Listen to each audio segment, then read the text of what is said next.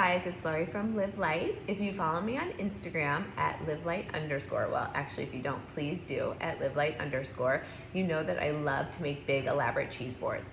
I often make them for dinner parties at my house or to take to other friends' houses, and I usually do a huge board filled with cheese, crackers, nuts, all kinds of different things, sometimes meats, and often I'll split it with a crudité on one side of the board. But with everything going on now, we're all in smaller groups of people or just with our families, so I've sort of pared down my board, and I'm going to show you how I've been doing it. So I usually use a giant wood board. I have a bunch of them that I've collected over the years. I love a reclaimed wine barrel top. You can find those. You can find all different ones. But in the meantime, during the pandemic, I found these on Amazon, and they come nesting like this. You buy them as a set, and they are reusable, but they don't really need to be. They can be disposed of. If you leave it at a friend's house, it doesn't really matter. Or if the cheese is sitting out all day on the board and you just feel like it's kind of soaked into there, you don't feel bad throwing them away. They're super lightweight, and they come in all different sizes. The small one's been really nice if it's just our family or a couple of friends. I'm gonna actually use the largest size today, and I'll show you what I'm gonna do. But let me show you first what I'm using. So a tip is you always want to take your cheeses out about an hour before you're going to make your board, or you're going to serve your board, more importantly. So I'm going to I like a lot of variety on my boards in terms of texture, taste, flavor, and also I like to always have different cheese options in terms of cow's milk, sheep's milk, goat, and always a vegan option as well.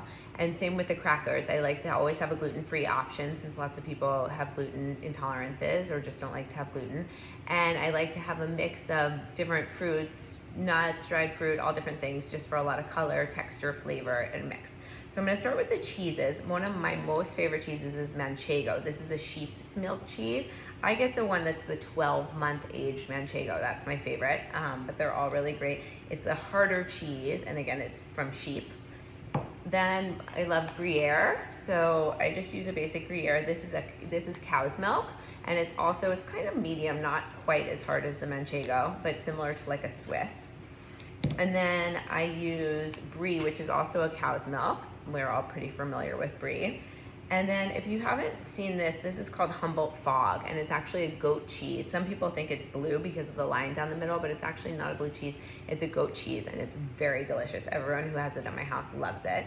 And finally, I'm using, the brand is called Treeline, and it's an herb garlic vegan option. I always like to have a vegan option on the board. Then I'm also going to use a mix of fresh grapes because they add a nice color to the board. I'm going to use some dried apricots, again, texture, color, flavor. I love Marcona almonds. If you haven't had these, they're amazing. You can get them at most places now. I got these at Whole Foods. Some roasted cashews. And then I like to have some sort of jam. This is a fig jam. There's two different brands that I use. I just happen to find this one. Fig jam is a really nice sweet flavor mixed in with the savory cheeses. And then for crackers, I like these Mary's Gone crackers. These are a gluten-free option, and they're really delicious. And today I use all different ones. Today I'm gonna use these Leslie Stowe Rain Coast Crisps. They are a fig and olive cracker. And I'm gonna use these little flatbreads that are rosemary. So again, you can see there's a whole different mix of different flavors in case people don't like certain things. And again, I wanted to say about the cheeses too. If you have other cheeses that you love, this is just like all my recipes on LivLight. These are just sort of outlines of things that I like, but you could certainly easily switch out, the cheeses if you don't like cow's milk cheese or don't want rosemary or whatever you like. You can always, that's what's kind of fun. The beauty of these boards is you can do them to customize how you like them. And I just like to have a big variety in case different people have different preferences. So I'm gonna start with the cheeses. So if you see on my board, a good tip is to always have the cheeses facing outward so they're more welcoming to people.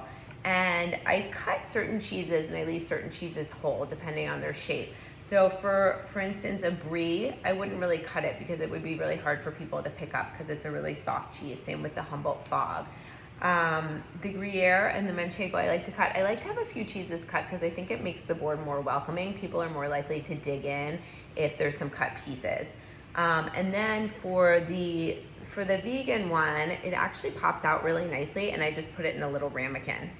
So I'm going to show you now how I actually cut a couple of the cheeses just quickly. So I always want to cut in the shape of the cheese. So for instance, on the manchego, I'm going to cut the sides of the rind off. You always want to make sure you get this hard rind off because that's not going to be good. So I'm going to cut the rind like so.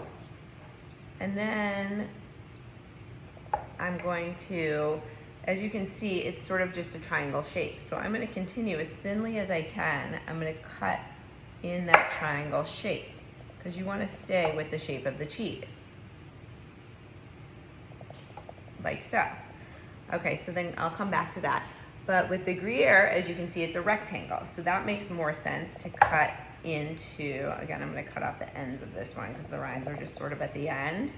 But it makes sense to cut this one more in cubes, like sort of how you would have cheddar. So I'm going to go ahead and cut these up, and then I'll show you how I arrange my board.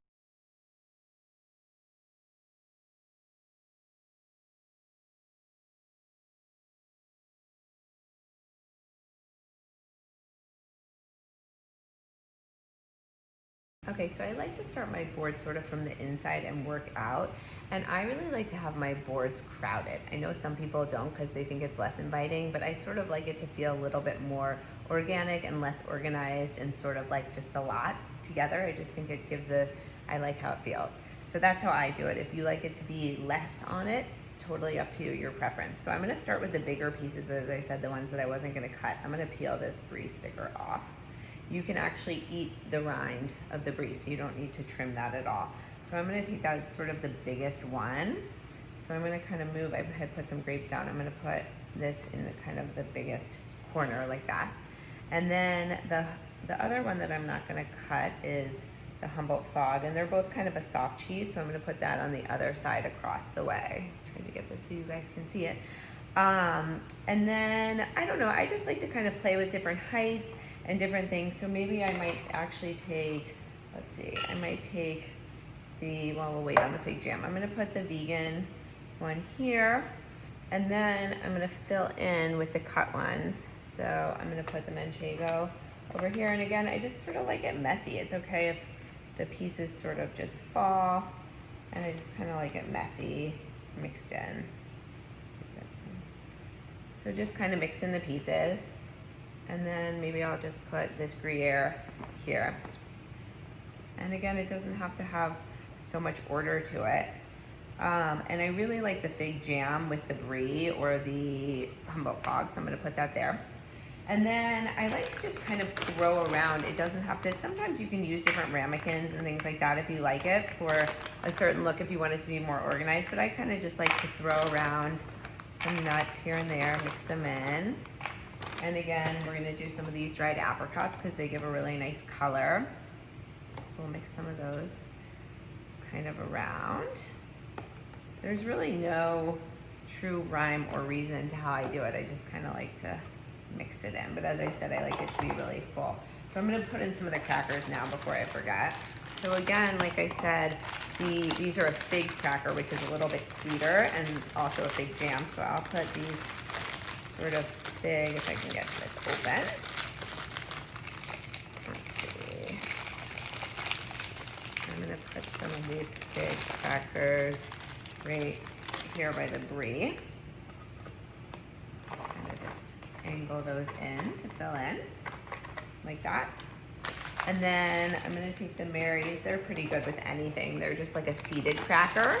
So I'm gonna take a bunch of those and put them around the edge. Unfortunately, some of these look broken, but that's okay. So I'll put those kind of filling in around the edge. Good thing my dog's here picking up the crumbs. And then again, I like to play with a little bit of height. So I'm gonna move this over, and I'm gonna put, I like to use different containers. Something like this, that's actually a little bit high. Let me find, let's see if I have something a little bit lower. Maybe we'll try, no, actually I think this is gonna be better. So I'm gonna move the manchego over. So you just kind of have to be flexible. It doesn't really matter. And I'm gonna put this here to give a little height to the board.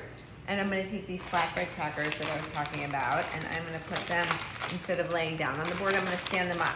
I think it makes it a little bit more interesting to have some different height to play with. So I'll just take a whole bunch of these and put them sort of standing on the board. And then I like it kind of messy, like I was saying before. And then I'm gonna fill in with some of these. These are my absolute favorite, these Marcona almonds. You can kind of just throw those around as well.